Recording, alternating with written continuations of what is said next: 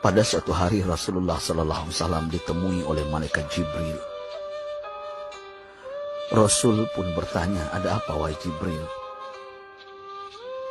Jibril menjawab, wahai Muhammad, sesungguhnya hari ini Allah Subhanahu wa Ta'ala sedang mengobarkan nyala api neraka, dan seluruh para malaikat amat ketakutan. Mereka tidak tahu harus bagaimana. Untung aku ingat, kata Jibril, bahwa engkau Muhammad adalah sumber cinta dan sayang Allah Subhanahu wa Ta'ala kepada alam semesta. Dengan alasan itu aku kesini, bertabaruk mengambil berkah dengan cinta Allah kepada dirimu, ya Rasulullah, ya Muhammad. Rasulullah terdiam beberapa saat, kemudian bertanya lagi, wahai Jibril, ceritakan padaku bagaimana neraka itu sesungguhnya. Jibril menjawab, wahai Muhammad, neraka itu bagaikan lubang-lubang yang terdiri dari 7 tingkat. Jarak antara satu lubang dengan yang lain ialah perjalanan 70 tahun. Lubang paling bawah adalah lubang yang paling panas. Nabi SAW meneruskan pertanyaannya, lalu siapakah penghuni lubang-lubang neraka itu, wahai Jibril? Sampaikan kepadaku, Jibril. Jibril menjawab, lubang yang paling bawah diciptakan untuk orang-orang munafik. Lubang yang berikutnya untuk penyembah berhala. Lalu untuk penyembah bintang dan matahari. Jibril terus menerangkan penghuni tingkatan neraka hingga lubang yang kelima, tempat umat Yahudi, dan yang keenam dihuni oleh umat Nasrani. Setelah menjelaskan penghuni 6 tingkatan neraka, Jibril diam cukup lama. Rasulullah SAW penasaran dan bertanya kepada Jibril, wahai Jibril, siapakah penghuni neraka yang ke-7? Jibril diam saja tidak menjawab. Rasulullah SAW mengulangi pertanyaannya, tapi Jibril tetap diam. Rasulullah tambah penasaran dan mendesak Jibril agar dijawab pertanyaannya. Akhirnya Jibril pun berkata, umatmu wahai Muhammad, mereka itu para pelaku dosa besar di kalangan umatmu, yang dimana sampai mereka mati belum sempat bertaubat. Mendengar jawaban Jibril, Rasulullah langsung jatuh pingsan. Jibril merangkulnya dan meletakkan tubuh baginda di atas pangkuannya.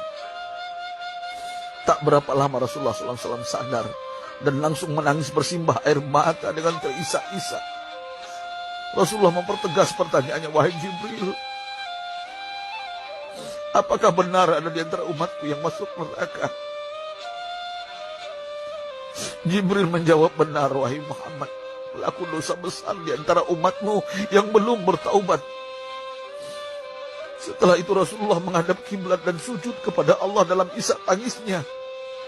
Sesekali dengan suara pelan beliau membisikkan kata-kata, ummati ya Rabb, ummati, ummati, ummati. Beliau SAW tidak mengangkat kepalanya dalam keadaan seperti itu selama 3 hari 3 malam, kecuali setiap Bilal bin Rabah mengumandangkan azan, barulah beliau bangkit untuk menjadi imam, dan setelah itu kembali sujud lagi. Pada hari ketiga Abu Bakar menyadari hal ini, beliau mengetuk pintu Rasulullah dan mengucapkan salam 3 kali, namun tidak terdengar jawaban. Abu Bakar sedih dan berseru di hadapan pintu Nabi besar Muhammad SAW, apakah ada jalan untuk masuk ke rumahmu ya Rasulullah? Tetap tidak ada jawaban. Di jalan Abu Bakar bertemu sahabat Umar. Mengapa engkau menangis wahai Abu Bakar? Kata Umar.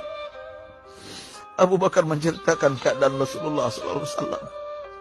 Maka Umar pun melangkah menuju rumah Rasulullah dan terjadilah hal yang sama. Umar pun pulang dan menangis. Di jalan Umar bertemu sahabat Salman Al-Farisi. Dengan terisak Umar bercerita kepada Salman hingga membuat dia amat sedih, namun tidak berani mengulangi hal yang sama. Salman melangkah menuju rumah Fatimah radhiyallahu anha dan menceritakan hal itu. Setengah berlari Fatimah menuju rumah ayah tercinta dan mengetuk pintu sambil mengucapkan salam. Mendengar suara lembut putri tercinta, sejuklah dada Rasulullah. Beliau bangkit dari sujud dan membuka pintu.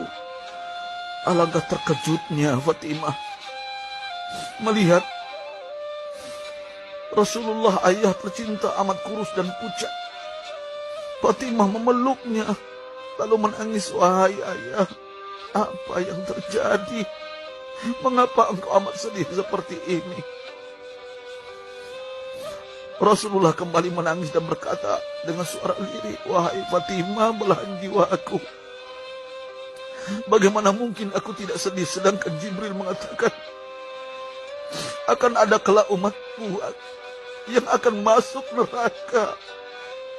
Subhanallah, betapa besar cinta Rasulullah kepada kita umatnya. Sahabatku, Rasulullah mencintai kita.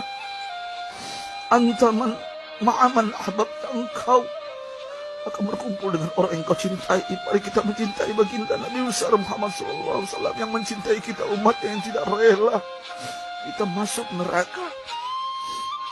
Mari kita mencintai beliau dengan berselawat. Sahabatku, sampaikan, Rasul mengajarkan kepada kita, mandalla ala khairin falau mislu ajri fa'ili. Siapa yang menunjukkan kepada kebaikan, maka dia akan mendapatkan pahala seperti orang yang mengerjakannya. Mudah-mudahan ini menjadi pahala jariah bagi kita.